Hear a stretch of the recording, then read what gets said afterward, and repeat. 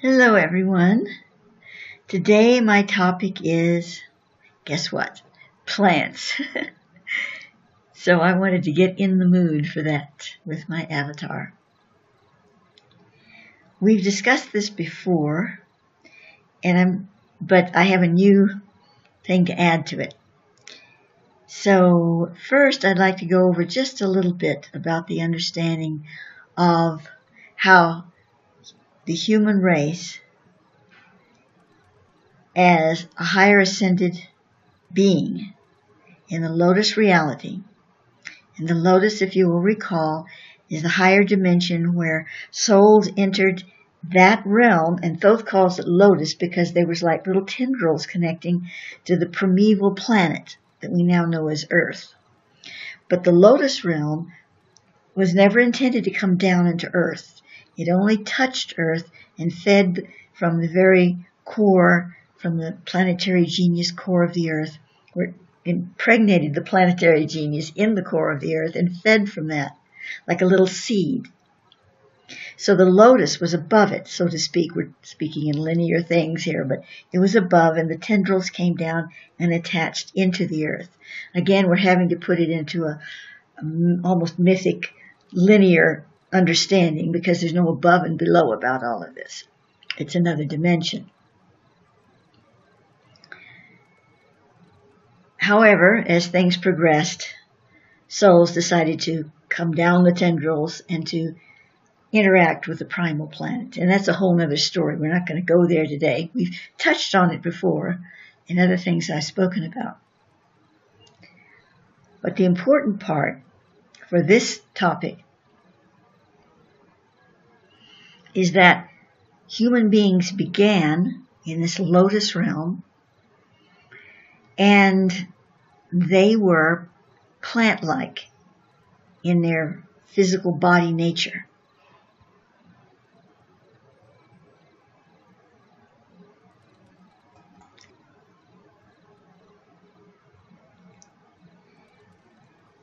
They existed by sort of just moving above the ground, just sort of in a floating position, and they were stationary with tendrils of light entering the earth of the lotus, the soil, so to speak, of the lotus, where they received the fluidium that developed them.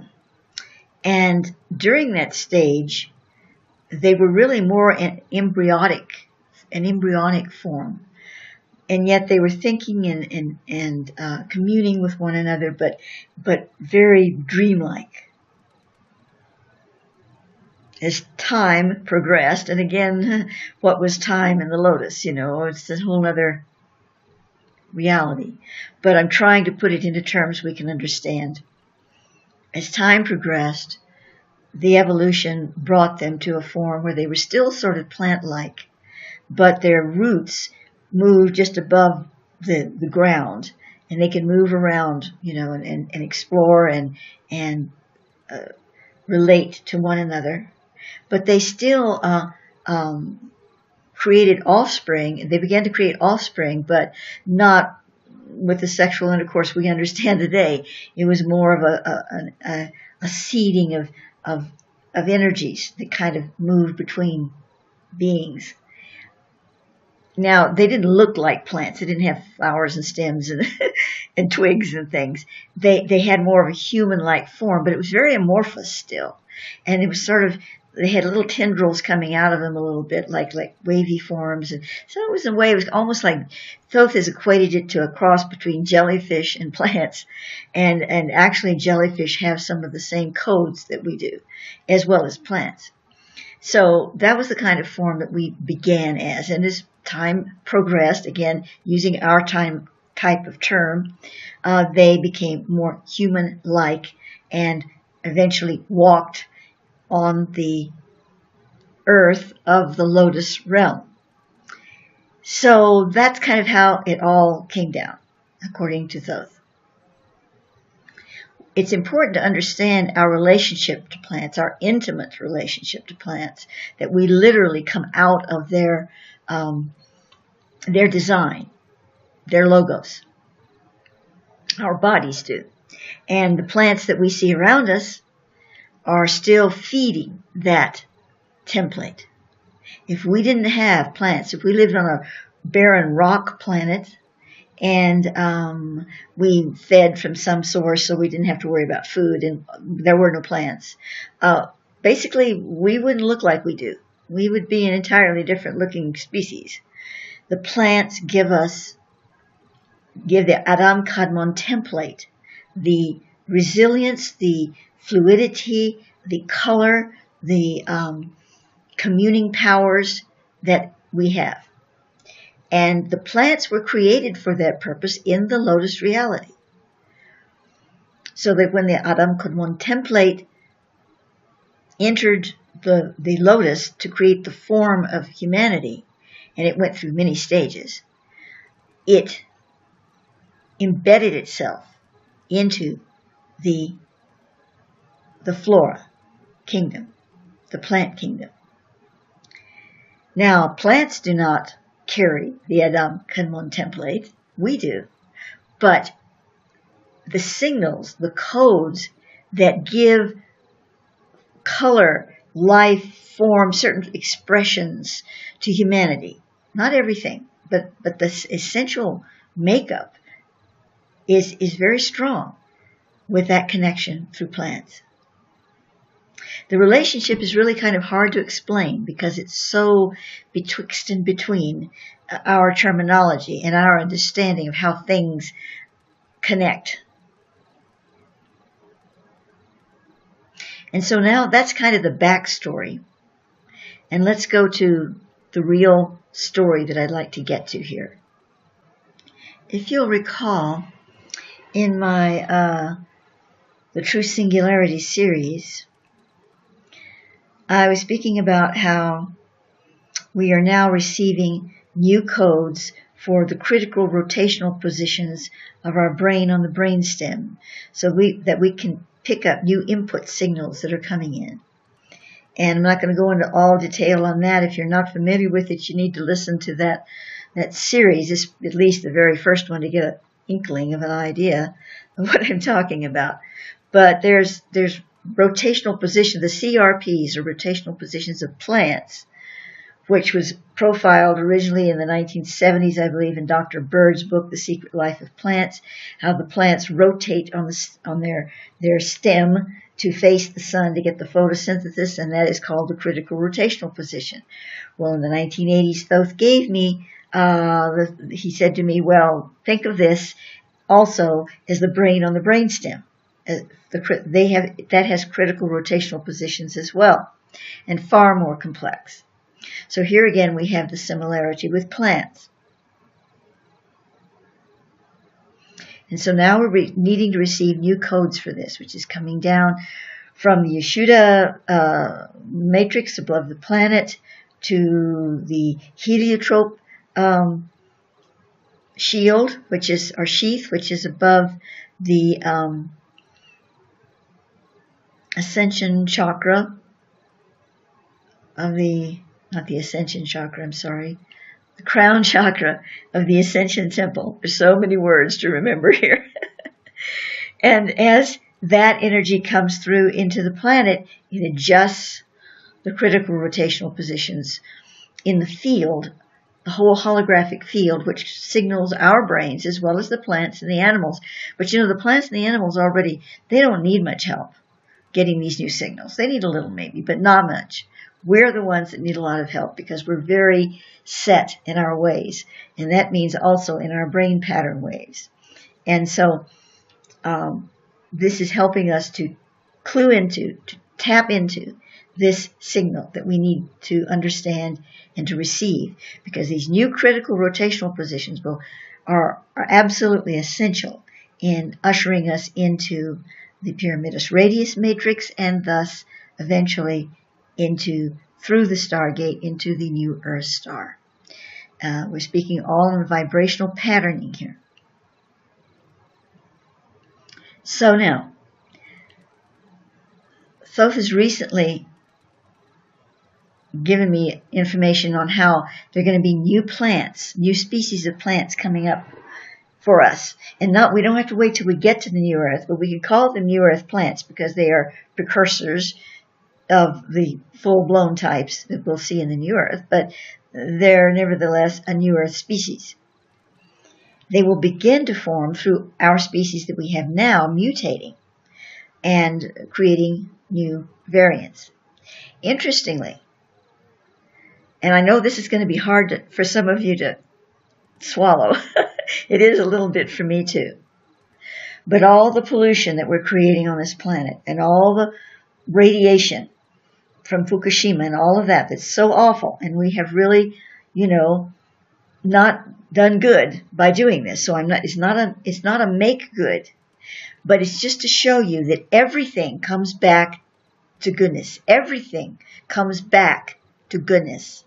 And in this sense, all that radiation and all that pollution out of the myriad malformations that it's going to create, that's not going to be any good for anybody.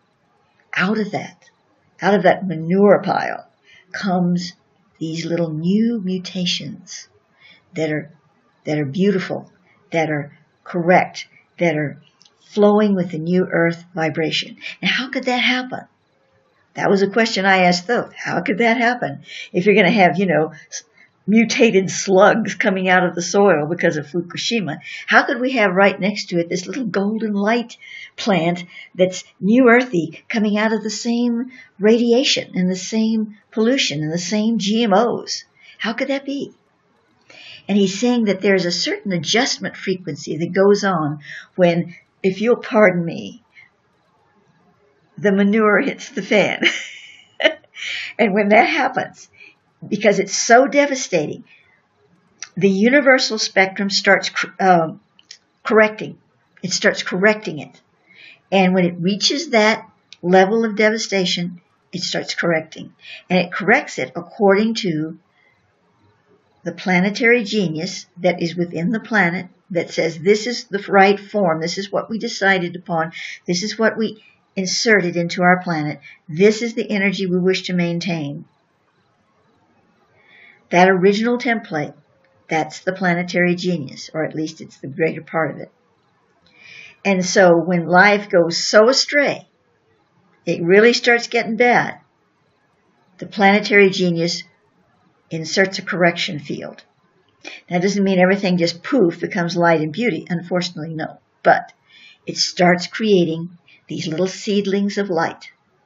And these little seedlings of light will come out of the worst, most radiated, most GMO'd plot of land. Could come these little seedlings right alongside the really bad mutations. And as these seedlings come up, so to speak, we're speaking about light forms, they start creating a new mutation that is light engendered. And that's where these plants are going to be coming from. It's not the only source. If we didn't do Fukushima, we didn't do GMOs, we'd still have this happening.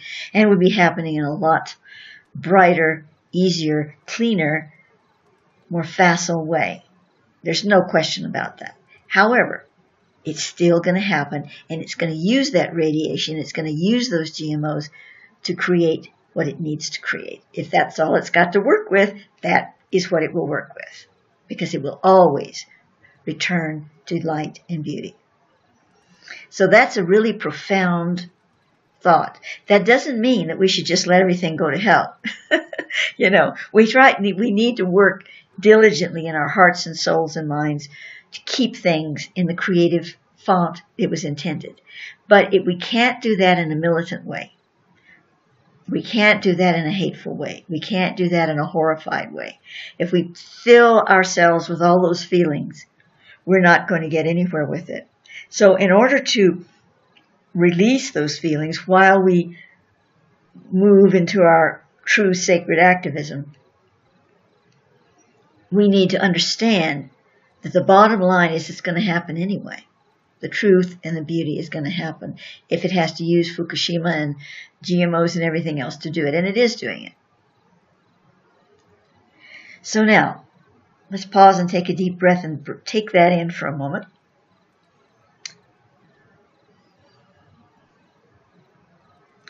And so now Thoth was speaking to me about the potential. And I believe he's actually into a little bit of prophesying here, that this will be taking place. But right now he's saying, look at this potential. And that is of creating these special geodesic domed greenhouses. And we already have them on the planet. There's one right here, in fact, in Crestone, that's been created by a couple who have a priory here. Not Bill and Edie, someone else, who have a priory here, along with mine, and then there's Bill and Edie's, and then there's this other priory. I'm not speaking names right now because I haven't received permission from them to do so. But in any case, they do have a very special geodesic dome greenhouse. And it has plants all inside it, but in the middle of the circle is a place where people can sit, meditate, whatever they wish, of light and beauty in the center of all these plants, which is a beautiful format. Well, Thoth is taking it further, and he's saying, what if you had geodesic greenhouses with a center where people could come and gather inside it? In a lot of different places on the planet, especially key places. And this certainly is a key place because we have the Ascension Chakra and all of the energies that are going on here. And there's some very active, ancient, lotus-formed high devas coming through the crown chakra here into this area. And when I lived here 17 years ago, Thoth talked about that. So, what if we had these, okay, and we had the centers where people could come in the center of all the plants and sit and meditate. But it would be more than that. Around these geodesic domes would be called in, would start to form these high Davic whirls of energy that would nutrient-rich feed the plants inside the dome with the new earth codes for the new plants. Now these would be our ordinary old earth plants. There wouldn't be the new ones yet, but they would be fed with these codes. And this would be done by the people inside, sitting inside, calling it through. So you have people inside the dome, surrounded by the plants. Outside the dome is the whirl of the nature Davic beings. And there's a reciprocity there between the people in the center, the plants, and then the high devas. And this starts to commune and to nutrient-rich feed these plants with high etheric currents. Now, ideally, the plants would start mutating in a higher elevation way, creating the new earth plants. Their little seedlings and whatever would gradually become these new earth plants.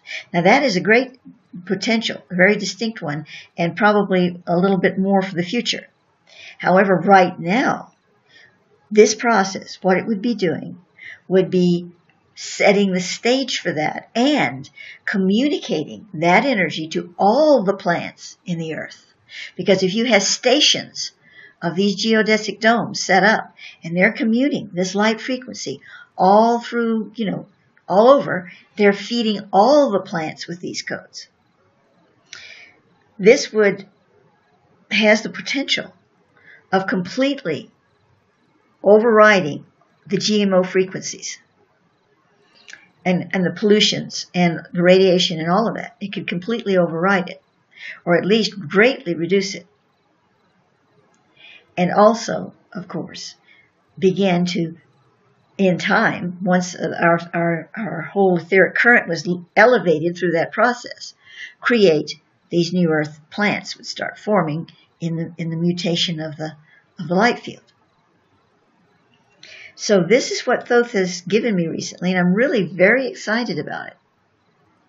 Because, again, remember, humans are really a very high form of plants. Basically, that's what he's saying. I mean, that's putting it simply because there's variations to that statement that you say yes, but you know, there's a whole Adam Kanman template of the higher light beings and blah, blah, blah, and all of this, not just plants. But when you bring it into a viable growing field where things are growing and developing and having cells and flesh and blood, even though our flesh and blood and cells isn't the same as the plants, it has come out of that vortex, of that station of light. So it's so fitting that we must again really commune deeply with our plant brethren and the trees. The trees are the kings and the queens of that kingdom, in order to create our new earth experience.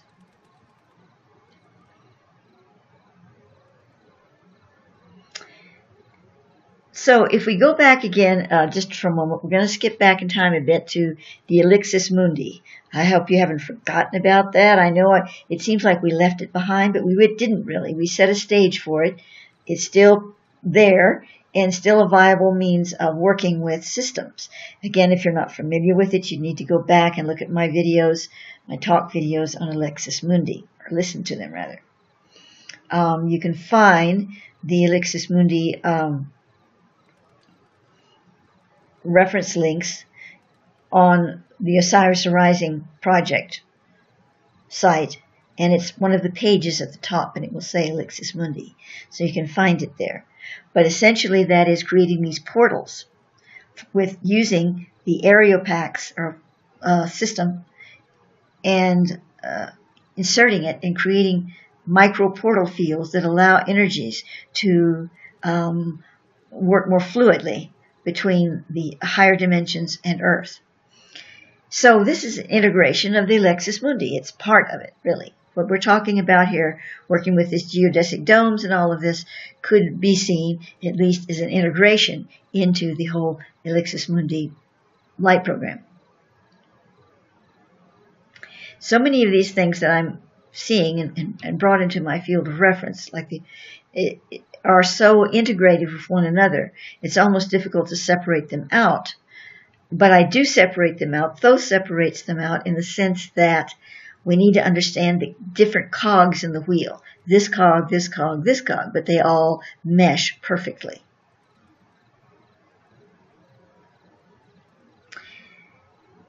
And so, I believe I've shared with you everything up to this point that I wanted to about this new design, except I have not received a name for it.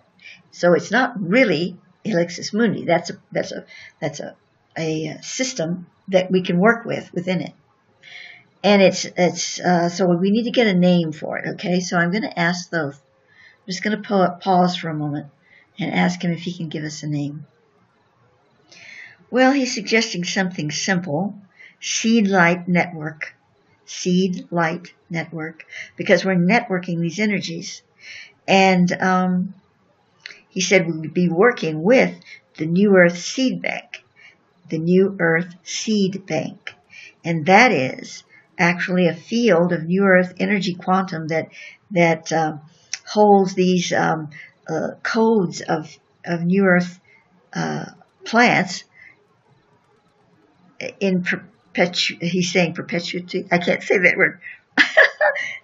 But that's the word I'm being given. I can't say it. Perpetuity. That's not saying it right. Perpetually, to keep on going. And that we can tap into this now as the seed bank is becoming more focused into the old earth patterning, so that we can reach into it, or I should say current earth, and tap that source. So, but the actual, this project that we could be putting into effect would be called, just for the heck of it, at least for now, the Seed Light Network, or the Light Seed Network. But I think the way I received it was Seed Light. So we'll keep that for now. Anyway, doesn't really matter, I guess. So that's something to think about. And if anyone has any ideas or any desire to put this into action, and they have means to do so, well, by all means contact me, because I'm very interested in seeing how this might develop. And I feel guided to kind of dip my finger into this pool and see what happens. So many blessings to you all, and butterfly kisses all around.